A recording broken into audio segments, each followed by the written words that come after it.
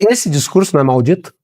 Não, eu não acho o meu discurso maldito porque ele não é igual ao deles. Como é que o senhor vai convencer os parlamentares desses partidos malditos, vou enfatizar pela terceira vez, a abrir mão do poder que eles detêm hoje através dos nacos orçamentários que descontrolam? Porque de É maneira... mais fácil você oferecer cargos, obviamente, para os bons quadros compor um governo do que chegar para mais de 500 deputados e dizer, olha, eu quero esse dinheiro de volta para poder fazer política pública. O senhor acha que isso é possível? É possível porque não havendo possibilidade de fazer isso, não há mais governo. E uma eleição minha representa uma instância, se não de ruptura, mas de uma inflexão rumo a um Brasil que precisa ser diferente porque ele está disfuncional. Na verdade, em outros momentos na história brasileira, isso aconteceu. A gente pode falar das reformas do governo Temer, eles foram obrigados a alterar a dinâmica de poder em alguma medida para fazer reformas econômicas. Aconteceu inclusive no governo do Fernando Henrique Cardoso e deveria ter acontecido no governo do Bolsonaro.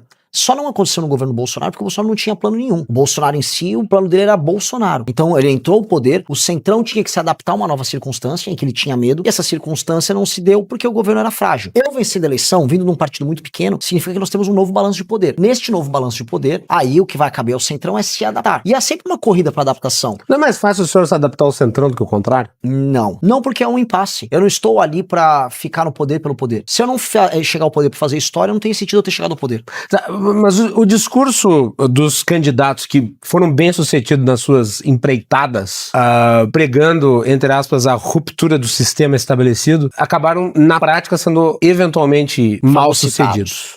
Eu vou aqui citar dois casos emblemáticos, o Jânio Quadros, Fernando Collor de Mello e, em certa medida, até o próprio Jair Bolsonaro. Esse discurso não é maldito? Não, eu não acho o meu discurso maldito porque ele não é igual ao deles. Na verdade, eu sou um reformista do Estado brasileiro e eu entendo a necessidade de uma reforma política se dando em outros termos que os propostos por esses dois candidatos. O Collor falava de uma grande reforma econômica, suposto prisma liberal, mas tocou com a Zeca do 12 de Mello e cortou e quebrou a aliança que elegeu ele no segundo turno, que continha partidos do dito centro e continha apoio, inclusive, da maior emissora do Brasil, à época, a Rede Globo. Ele perdeu esse bloco e ele foi se queimando até ser demitido através do impeachment. Jânio Quadros era um louco. Jânio Quadros era um louco, instável, chegou ao poder e começou a agir de maneira imprevisível a ponto de cair. Eu não penso dessa maneira. Eu entendo quais são as prioridades do Brasil. A primeira prioridade é uma reforma econômica, primeiro uma reforma fiscal, nessa reforma econômica, e a segunda é o enfrentamento ao crime organizado. E isso é consensual, inclusive, pro Centrão. A terceira reforma é a que mexe com eles. E qual é essa terceira reforma? É a que eu chamo de lei de responsabilidade gerencial, que essa vai mexer nos interesses deles. Mas esses interesses, eles não são iguais para todos os membros do Centrão. Quando eu falo, por exemplo, em aumentar o poder dos prefeitos e aumentar o poder dos partidos que têm bons prefeitos, um partido como o PSD, que você citou agora há pouco, Macalossi, que tem um número gigantesco de prefeituras, ele se interessaria.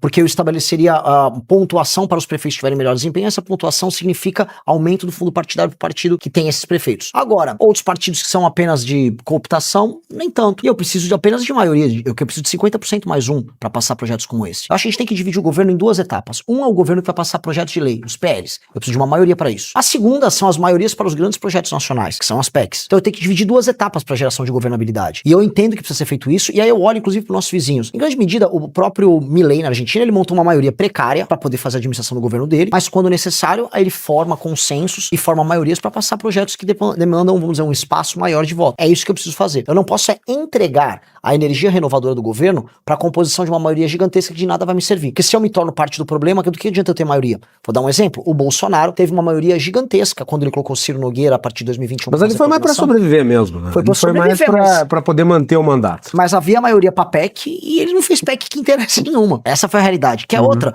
O governo do Lula, no segundo mandato dele, tinha uma grandiosa maioria para passar algum tipo de reforma ali. Ele não passou reforma de nada porque ele não interessava. Tô falando do período de 2006 a 2010. Então, há momentos históricos em que essa vontade ela existe. E aí eu vou dar um terceiro exemplo. Fernando Henrique Cardoso, que não tinha uma maioria de PEC, mesmo assim conseguiu passar várias vezes projetos de lei, alterações na Constituição para fazer reformas. Mas não é errado fazer essa comparação na medida em que naquela época o Congresso tinha muito menos poder do que tem agora? Não é errado. Por exemplo, você não tinha as emendas parlamentares impositivas. Não, mas hoje há outros instrumentos também de pressão que fazem parte do jogo e há um outro instrumento que é central nisso, que é a guerra que existe entre o Supremo Tribunal Federal e o Legislativo por causa dessas mesmas emendas. O Legislativo possui poder hoje sobre o Judiciário no sentido do Senado poder ir para trás dos ministros do STF. Mas ao mesmo tempo, os ministros do STF na figura do Flávio Dino tá indo para cima das lideranças partidárias por conta das emendas. E tá todo mundo encalacrado. É uma guerra ali que o presidente da República vai ficar no meio. Se ele não tiver, na prática, rabo preso com ninguém, ele vai se beneficiar dessa guerra.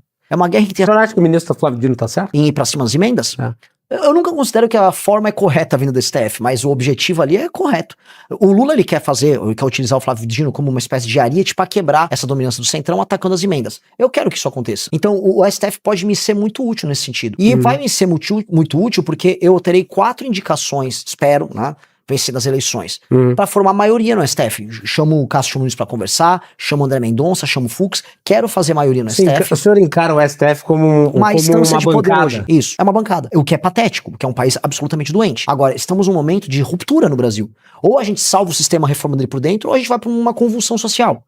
O meu governo, por isso que eu não comparo o meu governo nem ao do Collor e muito menos com o do Jânio, é o governo que evitaria a ruptura e salvaria a democracia, reformando a democracia. E os agentes que quebraram a democracia, isso inclui o STF, isso inclui a turma do Congresso, vão ter que se adaptar. Porque no fundo eles são o carrapato, e o carrapato não pode permitir que o boi morra. E o boi tá morrendo e eles já sabem disso. Você busca um Brasil protagonista também? Comenta aqui embaixo, deixe seu like e compartilhe as nossas ideias por um Brasil protagonista.